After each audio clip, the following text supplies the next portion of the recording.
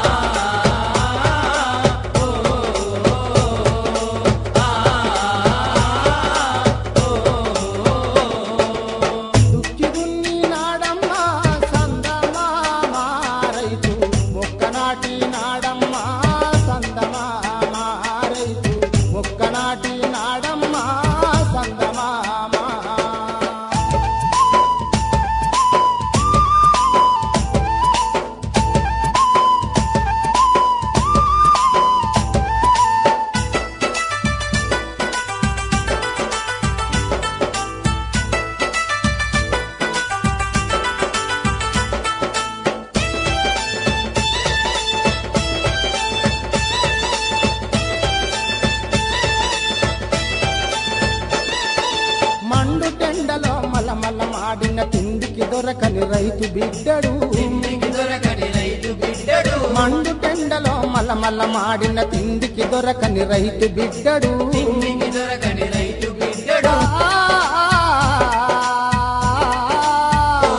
తనైన పంటను తీసే సందమామ రైతు సావుకారి బాకిని తీర్చే సందమామ రైతు సావుకారి బాకిని తీర్చే సందమామ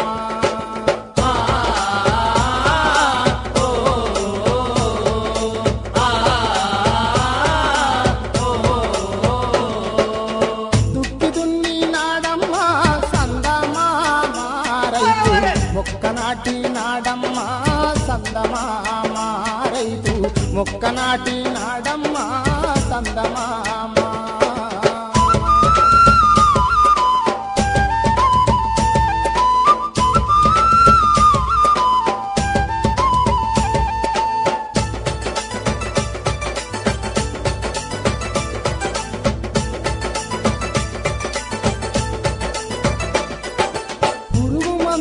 పంపుల నిండి అడ్డంబడిన చెట్లను లేపి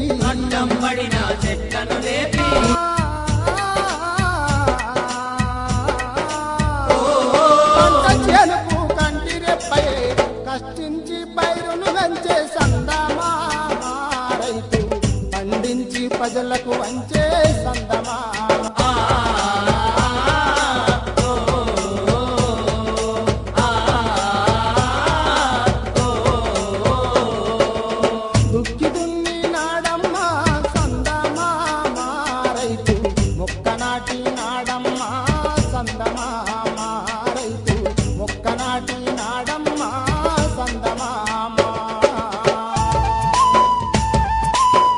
ఎండిపోయిన ఈ పైరును కాపాడుకోవడం కోసం ట్యాంకర్ల ద్వారా నీళ్లు స్టార్ట్ చేసి ఇవాళ వరకు 750 ట్యాంకర్ల నీళ్లు వాడడం జరిగింది.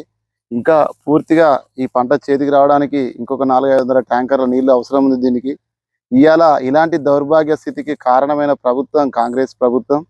కేసీఆర్ గారు కట్టినటువంటి కాళేశ్వరం ప్రాజెక్టు ద్వారా ఉన్న నీళ్లను పంపులు ఆన్ చేసి గతంలో నింపినట్టుగా గ్రామాన చెరువుల్ని కుంటల్ని నింపి వాగుల ద్వారా నీళ్లు వదిలిపెడితే మాకు ఇవాళ దౌర్భాగ్య స్థితి వచ్చేది కాదు.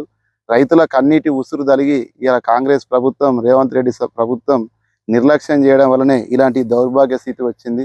రేపు ఏ ఎన్నికలు వచ్చినా రేపు ఏ విధమైన వచ్చినా రైతుల కన్నీటి ఉసురులో ఈ కాంగ్రెస్ ప్రభుత్వం కొట్టుకపోవడం ఖాయం.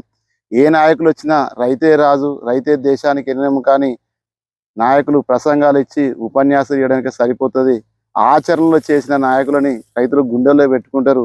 రైతుల కన్నీటికి కారమైన సర్కారును రైతులే పాత్ర పెడతారు రానున్న రోజుల్లో. అదేవిధంగా ఇకనైనా వారికి ఉన్న సమయాన్ని కేసీఆర్ గారు కట్టిన కాళేశ్వరం పంపు ద్వారా మళ్ళీ నీళ్లు ఆన్ చేసి గ్రామాన చెరువులు నింపినట్టయితే కొంతనన్నా వాళ్ళు చేసిన వాళ్ళు రైతులకు